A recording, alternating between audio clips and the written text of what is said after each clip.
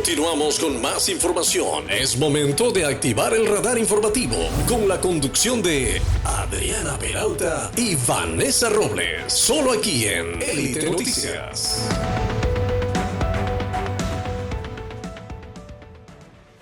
Tenemos a nuestra siguiente invitada en cabina, pero a través de Zoom, por supuesto. Esta facilidad que acorta distancias y nos permite estar en interlocución en un chasquido de dedos. ¿Cómo le va Ana Belén Cordero? Ella es vicepresidenta de la Comisión de Fiscalización y asambleísta nacional por el movimiento Creo.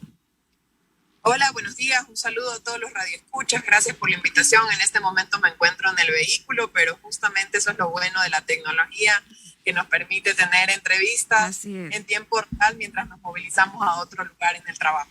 Estimada abogada, antes de hablar sobre el proceso de investigación del caso Coca-Cola Sinclair, sí me gustaría iniciar esta entrevista pues con su perspectiva, con la lectura de las declaraciones del presidente de la República, Guillermo Lasso, ayer en cadena nacional. Sobre todo en la última parte de su intervención, sabemos que habló de muchos puntos interesantes de que se incluirán en la ley de creación de oportunidades, pero me llamó la atención ese mensaje también que envía a los legisladores. ¿Usted cree que existirían pues las voluntades para al menos hacer un análisis respectivo de esta ley, debido a que en las últimas semanas hemos escuchado algunas posturas de diferentes bloques que sin presentarse siquiera la ley, pues decían que no iban a aprobar nada?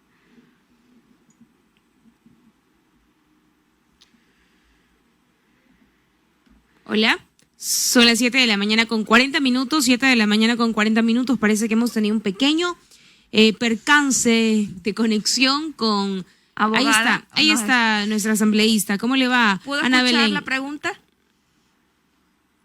Está muteado su teléfono. Perdón, ahí sí. Ahí, perfecto. Me quedé en la última parte, llamó la atención la última parte y ahí me quedé. Cuando hizo este llamado, el exhorto a los asambleístas, sobre todo porque hemos escuchado en las últimas semanas algunas posturas, le decía, de diferentes bloques, de diferentes legisladores, que más bien antes de presentarse alguna ley ya se anticipaban a que no iban a aprobar nada. Hablamos de algo que es una mega ley, algo muy importante para los ecuatorianos. Así es, yo creo que la actitud de los asambleístas debe ser estar en sintonía con la población que los eligió. Y en el caso concreto, la representación de los 137 asambleístas es una representación de todas las provincias del país y bastante, llamemos así, representativa en la Asamblea Nacional. Y en función de ello habrá que estar en sintonía con lo que los votantes eligieron. Primero, el 11 de abril en un 54% del proyecto del presidente Lasso. Y segundo, según las últimas cifras, un 79% de la población avala la gestión y tiene confianza en la gestión del presidente Lasso. Y creo que los asambleístas tienen que hacer lo propio. Lo propio en el sentido, no necesariamente confiar, sino estar en sintonía con sus votantes. Porque por eso estamos ahí. Estamos para representar a los votantes que nos pusieron ahí en la Asamblea Nacional. Y antes de justamente posicionarse sobre algo, habrá que leer y revisar el proyecto. Eso es lo propio, eso es lo responsable. Otra actitud distinta sería simplemente ser irresponsable con la votación, ¿no? Y sobre todo hay bastante expectativa en la entrega de esta ley que se va a hacer pasado el mediodía, según tenemos entendido. Y en efecto, pues todo el Ecuador va a estar expectante de las propuestas que se hagan. Ahora, ¿qué pasaría, Belén? ¿Cuál sería el escenario en el caso de que, por una u otra razón, los asambleístas pues no den paso o presenten una postura contraria a esta iniciativa? Bueno, en realidad primero debemos empezar por analizar que es un proyecto de carácter económico urgente, con lo cual el proceso en la Asamblea es de dar un tratamiento a la ley en aproximadamente un mes. Y en función de ello deberá pasar, por el Consejo de Administración Legislativa, luego ir a la comisión correspondiente, pasar un informe para un primer debate, luego un informe para un segundo debate, y todo esto deberá ocurrir en el lapso de un mes. Máximo un mes. Vamos viendo cómo se van encontrando los puntos, más puntos de encuentro en el texto propuesto por el presidente Lasso, para ir sacando un documento bastante consensuado que permita lo más importante, que es el hilo conductor que lo anunció el presidente Lasso, la reactivación del empleo. No es posible que en una reunión familiar, un domingo por la tarde, de una reunión de 10 personas, solamente 3 tengan un empleo. Al presidente Lasso le preocupa esas 3, pero le preocupa muchísimo más esas otras 7 de cada 10 personas que no tienen un empleo formal y un empleo digno. Ese es el hilo conductor de toda la ley, además de la reactivación económica con el tema tributario, ¿no? Bien, Ana Belén, otra de las interrogantes que tenemos es que sabemos que hoy empieza las comparecencias en la Comisión de Fiscalización en el marco de la investigación sobre el proyecto Coca-Cola Sinclair vinculado al caso INA Papers. Estas comparecencias se van a dar cerca de las 8 de la mañana, es decir, en breve. Entiendo que usted capaz ya debe estar yendo para allá. ¿Cuál es más o menos el cronograma de comparecencias en torno a esto? Nosotros tenemos un cronograma aprobado de aproximadamente 40 comparecencias de aquí hasta la siguiente semana.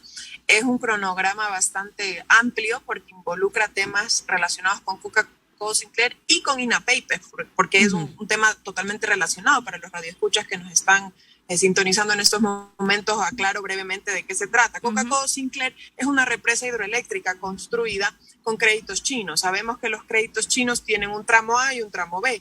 El tramo A es el dinero que llega desembolsado al país para proyectos en concreto, y el tramo B, ese es el motivo de la investigación y de lo que está abierto en Fiscalía, porque normalmente ese tramo B no llegaba al Ecuador, se quedaba justamente en empresas en paraísos fiscales, y en el caso concreto se quedó en una empresa llamada INA, que responde a las iniciales en común que tienen las hijas del expresidente Lenín Moreno, desde cual esta empresa, que está domiciliada en Belice y la otra en Panamá, se hacían pagos. En un caso, por ejemplo, a Ginebra, Suiza, cuando el expresidente Lenín Moreno estaba representándonos en el Consejo de Discapacidades en las Naciones Unidas sobre lujosos muebles, y en el otro caso, un departamento en Alicante, propiedad de un amigo muy cercano del yerno de Lenín Moreno. Estos y otros temas son los que serán analizados con las sendas comparecencias en la Comisión de Fiscalización para emitir finalmente un informe que aporte más elementos de juicio para la señora fiscal en el proceso que está abierto ya en la Fiscalía.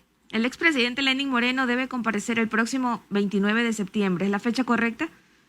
Así es, deberá comparecer. Sabemos que no está en el país, sin embargo podría comparecer de manera digital. Incluso sus 3 hijas y su esposa también están citados a comparecer. Lamentablemente hay que incluir a la familia porque están involucrados.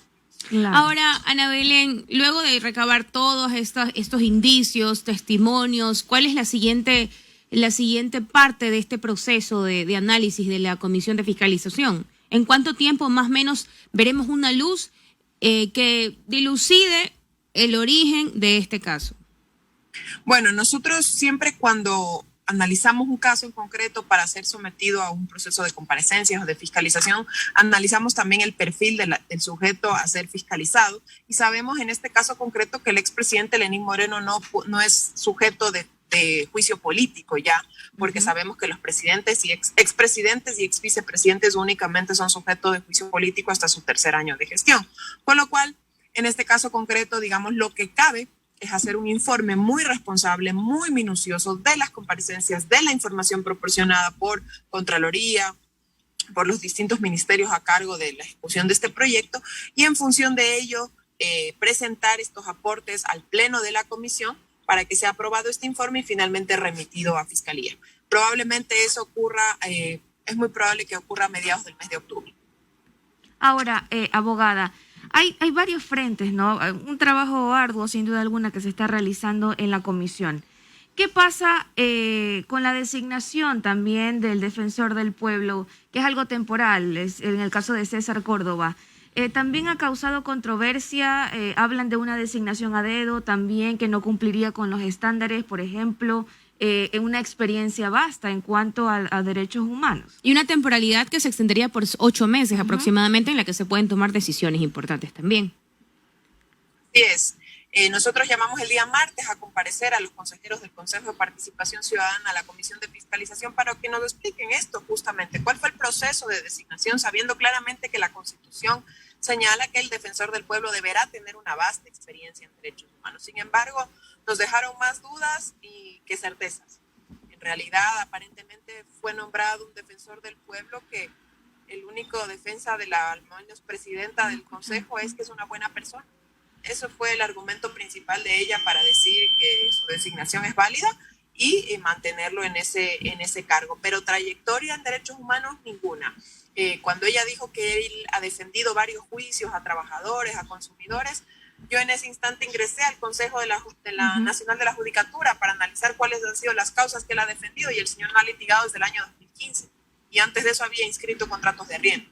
Entonces, sin hacer de menos su trayectoria, claro, no es una trayectoria para ser un defensor del pueblo. Continuamos con más información. Es momento de activar el radar informativo. Solo aquí en Élite Noticias por Élite, la 99.7.